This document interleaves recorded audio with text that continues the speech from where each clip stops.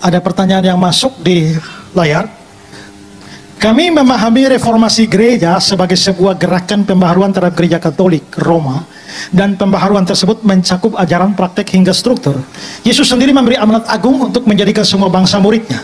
Namun dengan adanya reformasi gereja, seakan tubuh Kristus terpecah menjadi banyak aliran gereja dengan doktrin yang berbeda.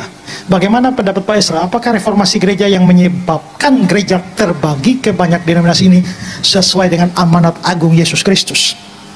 Nah, sebenarnya reformasi itu tidak punya kaitan langsung dengan amanat agung. Amanat agung ini kan berita penginjilan, harus diberikan ke seluruh dunia.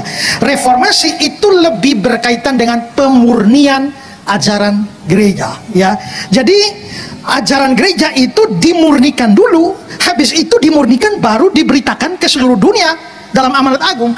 Kalau ajaran gereja itu menyimpang, ajaran gereja tidak murni, tapi amanat agung jalan, yaitu beritakan pada seluruh dunia, berarti yang diberitakan ini yang menyimpang. Yang diberitakan ini yang sudah melenceng. Maka itu bukan kabar baik lagi, itu bukan Angelion, Injil, itu menjadi kabar buruk. Itulah sebabnya reformasi itu tujuan utamanya adalah memurnikan ajaran gereja.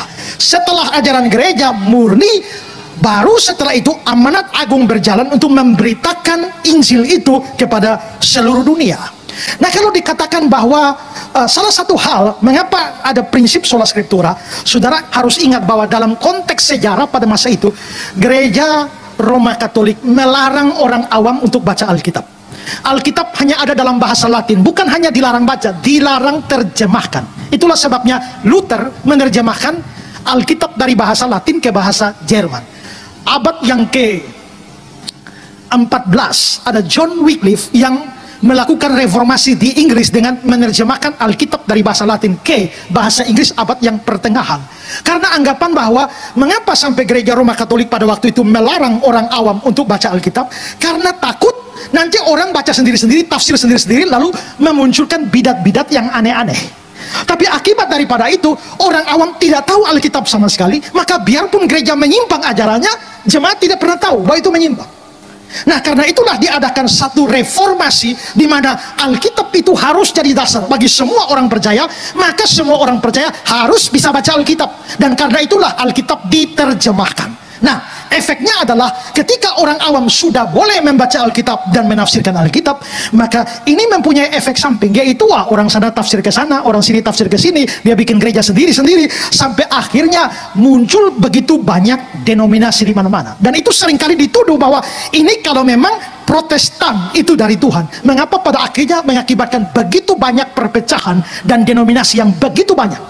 Seringkali itu komentari seperti itu. Tapi saudara perlu pikir juga bahwa memang di dalam tubuh Protestanisme ada muncul begitu banyak denominasi. Tapi apakah gereja Katolik tidak mengalami hal yang sama? Mereka mengalami, biarpun tidak sebanyak Protestan, tapi mereka juga mengalami, dan juga denominasi yang lain. Di dalam World Christian Encyclopedia itu didatakan, ya, gereja-gereja independen yang tidak terikat dengan denominasi manapun itu sebanyak 22.000 denominasi. Gereja-gereja beraliran Protestan Calvinis itu ada kira-kira 9.000 denominasi, dan kaum marginal ada 1.600 denominasi. Gereja Ortodoks 781 denominasi. Gereja Katolik sendiri 242 denominasi. Gereja Anglikan itu 168 denominasi. Maka problem denominasi banyak itu bukan semata-mata hanya terjadi di Protestan. Dan kedua, sekarang saudara, sebenarnya kalau kita hitung-hitung itu ada positif negatif.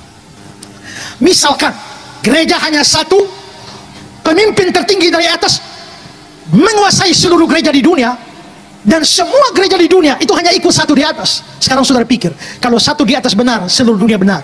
Tapi kalau satu di atas menyimpang, seluruh dunia menyimpang.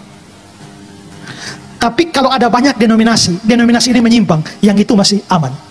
Yang sana menyimpang di sana, yang sana masih aman. Maka kita bisa melihat bahwa sebenarnya banyaknya denominasi itu bisa jadi keuntungan, bisa jadi kerugian.